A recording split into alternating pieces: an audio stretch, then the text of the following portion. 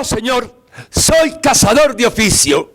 Esta mañana salí al monte y tuve la fortuna de cazar un faisán y un lechón de jabalí, que junto con una libra de ciruelas llevé al horno de este enemigo público.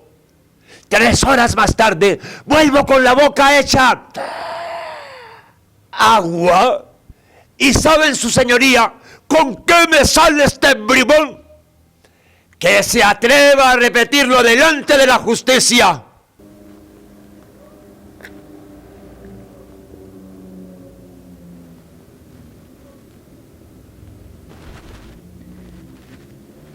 Acusmático, término que se emplea para describir el sonido que oímos sin ver qué lo causa. Es por ello que Dollard Blinder nos dice que la voz acusmática no es más que la voz cuya fuente no se ve, una voz cuyo origen no se puede identificar, una voz imposible de ubicar. En el teatro, la voz acusmática es uno entre tantos recursos, pero se hace necesario también el cuerpo emisor, de manera que lo corporal, lo gestual, reafirme o contradiga lo verbal. No hay voz sin cuerpo, nos dice este filósofo, quien también señala que la voz posee un vínculo intrínseco con la presencia, con lo que existe. Tanto así que suscribe la voz a la noción de presencia y agrega, es precisamente la voz la que mantiene unidos los cuerpos y el lenguaje. Es como el eslabón perdido. El lenguaje se adjunta al cuerpo mediante la voz. Hola, sean todos y todas bienvenidos a nuestro taller de técnica vocal cuando la voz sale del alma. En el día de hoy, nuestra sección número 9, vamos a trabajar 2 temas fundamentales para el quehacer teatral, la voz y el espacio. Aunque también hubiésemos podido llamar a esta sesión la voz en el espacio. Y lo digo porque tiene gran importancia tanto en su unidad como en su conjunto en el quehacer de las artes escénicas. Ahora bien, en nuestro oficio teatral, pensar en la voz en el espacio nos hace pensar si la voz puede estar sujeta o no a un cuerpo. Sí, muchas veces la voz aparece en la escena sin que el cuerpo de su emisor esté presente. Es lo que normalmente llamamos en el teatro voz en off, recurso también muy utilizado en el cine. Pero la mayoría de las veces el cuerpo de su emisor sí está presente. Es por eso que no solamente debemos de pensar la voz en el espacio, sino también pensar en la tríada cuerpo, voz y espacio. Es lo que nos conlleva inmediatamente al tema de la kinestesia y la proxemia. Ahora bien, por kinestesia, kinesis o sinestesia, vamos a entender la sensación o percepción que una persona, actor o actriz, tiene de su cuerpo y de los movimientos de este. La kinestesia es también el estudio de los movimientos del cuerpo, haciendo hincapié en el lenguaje corporal. Por su parte, la proxemia se entiende como el empleo o gestión que hace la persona del espacio a la hora de interactuar conforme con las dimensiones espaciotemporales. La proxemia estudia, pues, las relaciones de proximidad o alejamiento entre personas en la interacción social. Es de anotar que ambos conceptos, kinesis y proxemia, guardan estrecha relación con el lenguaje no verbal. Para comprender mucho mejor esto de la kinesis y de la proxemia, y para conocer además los 4 espacios que se configuran en relación a la distancia que guardan los sujetos y las personas a la hora de interactuar, veamos el siguiente ejercicio. En la escena teatral, la relación que se establece entre los personajes y sus objetivos o intenciones se va a revelar a partir de la postura que asumen entre ellos y entre el espacio. De manera pues que no será lo mismo dirigirme a mi compañero de escena o al personaje que tengo enfrente hablándole al oído, tal vez por la espalda o en el hombro, porque no si lo hago de espaldas, si me distancio un poco, guardo cierta distancia y le hablo de perfil, O si asumo una relación de poder donde desde un estatus bajo lo miro desde mi postura, o si soy yo quien asume el nivel alto en la jerarquía. Este juego escénico es lo que nos va a definir los 4 espacios o distancias proxémicas. De manera pues que la primera de ellas es el espacio íntimo. Este espacio se configura entre los 15 y los 45 centímetros. Aquí la voz se hace más bajita, se da lugar al tacto íntimo y la voz aparece en forma de susurro, expresando cariño, afecto o, por qué no, confabulando o coqueteando. Este espacio lo usamos con nuestros familiares, amigos íntimos o con nuestras parejas sentimentales. Un segundo espacio es aquel que llamamos el personal. Nos distanciamos un poco, ya la distancia se asume entre los 45 y los 120 centímetros, estoy casi que al alcance de mi mano, y es el espacio que utilizamos con los compañeros de trabajo, los compañeros de estudio o los amigos del común. Aquí la voz no tiene que proyectarse tanto si se eleva mayor el volumen, pero tampoco tengo que gritar, mis movimientos tendrán que ser muy amplios. Estos movimientos amplios los vamos a ver en la tercera categoría, que es la social. Aquí ya me distancio y me ubico entre los 120 y los 360 centímetros.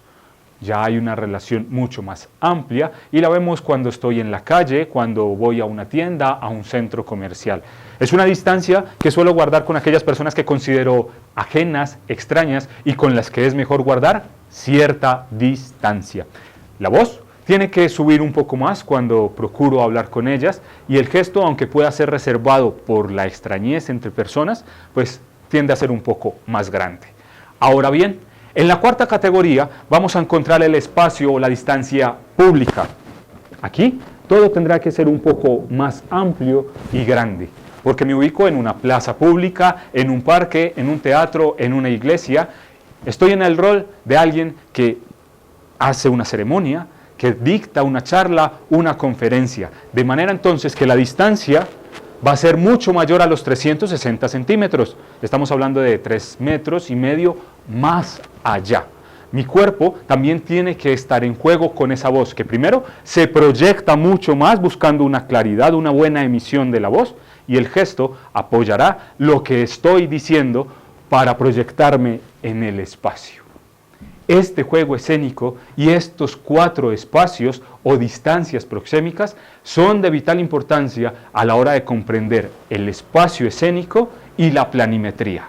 De Eugenio Barba aprendimos que la voz es la prolongación de nuestro cuerpo, compromete todo el organismo y lo proyecta en el espacio y en la distancia. Así pues, el cuerpo es la parte visible de la voz que obra en el espacio y la voz es cuerpo invisible que obra en el espacio. Después de ver cómo interactúa la voz, el cuerpo y el espacio, tomemos unas consideraciones precisamente sobre el espacio. Devolvámonos un poquito. Teatro. Etimológicamente, el concepto de teatro remite a un lugar para ver o un lugar para contemplar algo. De esta manera, esta acepción es diferente a las otras y remite a un lugar específico. Es por ello que a lo largo de la historia se han creado y diseñado diferentes espacios para ver o para contemplar.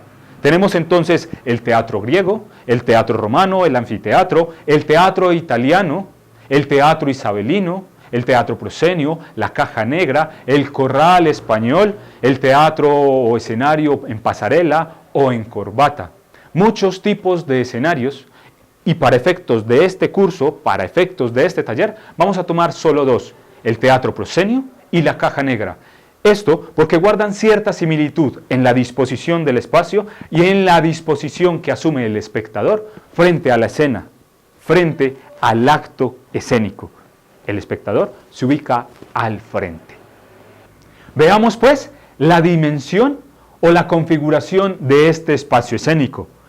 Ahora, vamos a hacer claridad. No es lo mismo espacio escénico que espacio teatral. El espacio teatral es ese espacio global donde confluyen y donde comulgan los espectadores y los actores. El espacio teatral es todo el teatro. Y el espacio escénico es aquel que está reservado para el juego que establecen los actores y las actrices en la representación. Este espacio escénico lo vamos a dividir en 3 dimensiones. La primera de ellas, la más cercana al público, al espectador, que vamos a llamar el proscenio. Aquí hay una relevancia importante. Con toda la fuerza se dicen los textos que están aquí, puesto que estoy en un lugar que me da cierto poder. Lo mismo no sucede con las otras 2 dimensiones que van hacia atrás.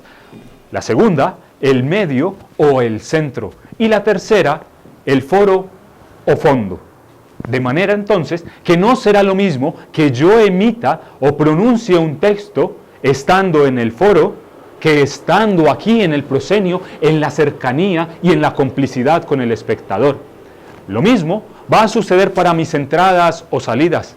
No será lo mismo si estoy ubicado en el foro, en mi costado derecho, emitiendo cierto texto, o si voy para mi costado izquierdo y me ubico en el centro. Tanto mi postura, mi cuerpo, la quinesis, cobra un significado diferente según el lugar que ocupe en el espacio, así como la voz también tendrá una relevancia o una irrelevancia según el lugar que ocupe en este espacio. Para comprenderlo, veamos el siguiente ejercicio. ¡Cuán gritan esos malditos perros que al terminar esta carta pagarán caro sus gritos! ¡Cuán gritan esos malditos perros que al terminar esta carta pagarán caro sus gritos! ¡Cuán gritan esos malditos perros que al terminar esta carta pagarán caro sus gritos! ¡Cuán gritan esos malditos perros que al terminar esta carta pagarán caro sus gritos! ¡Cuán gritan esos malditos perros que al terminar esta carta pagarán caro sus gritos!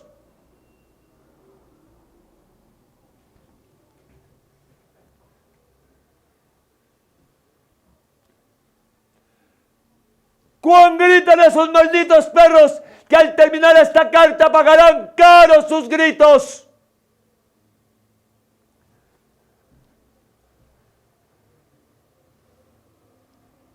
¡Cuán gritan esos malditos perros que al terminar esta carta pagarán caro sus gritos!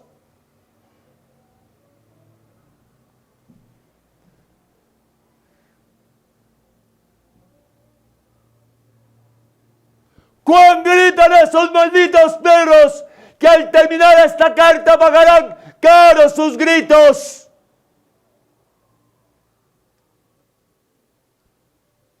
¡Cuán gritan esos malditos perros que al terminar esta carta pagarán caro sus gritos!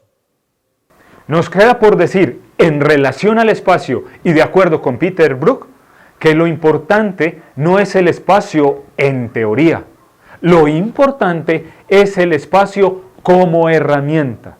Este autor diferencia entre el espacio vivo y el espacio muerto, radicando la diferencia en cómo se encuentran ubicados los seres humanos en el espacio, uno en relación con el otro, pues esa relación de cercanía con el prójimo, el establecimiento de contacto, es una característica humana en la cual se basa el teatro.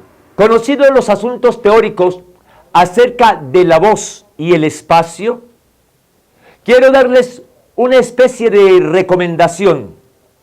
Conocido el texto, hecho el debido análisis de ese texto, puede ser de una frase o de un texto completo de 5 o 6 líneas, pasamos a la práctica.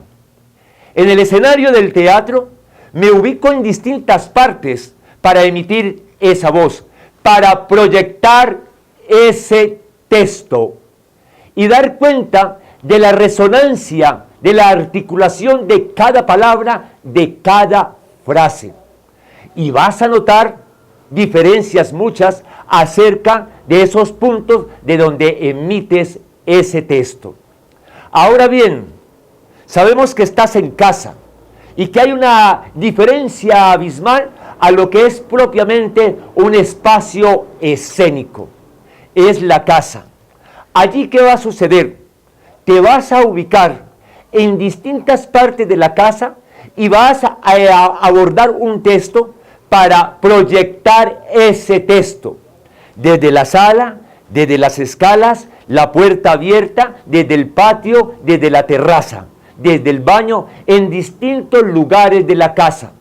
Allí irás encontrando cuál es el sentido que va adquiriendo ese texto por los distintos lugares que vas recorriendo.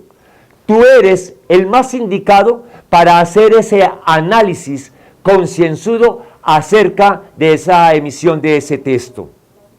Ahora bien, solo queda decirles que la tarea para ustedes, vuelvo y les repito, es elegir un pequeño texto y hacerlo desde las distintas partes de la casa con un propósito, con una premisa: proyectar la voz. Damos por finalizada nuestra sección número 9, la voz en el espacio. Como lo decía el maestro Peter Brook, el espacio como herramienta, de manera que se convierta en un espacio vivo. O como lo decía el maestro Eugenio Barba, recordémoslo, el cuerpo es la parte visible de nuestra voz y nuestra voz la parte invisible de nuestro cuerpo. No existe separación ni dualidad, voz y cuerpo. Nosotros agregamos que la voz no solamente es la prolongación de nuestro cuerpo, sino que también de nuestra estructura emocional. Es por eso que nos invitamos a nuestra sección número 10, la voz y las emociones. Muchas gracias.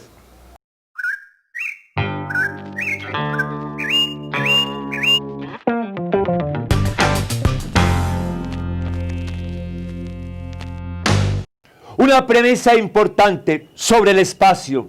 Se refiere donde nada es material, sin embargo en este espacio existen energías invisibles, energías que el actor mediante su entrega y esfuerzo transforma en materia que se puede percibir mediante la interpretación. Ahí viene la voz, Peter Brook.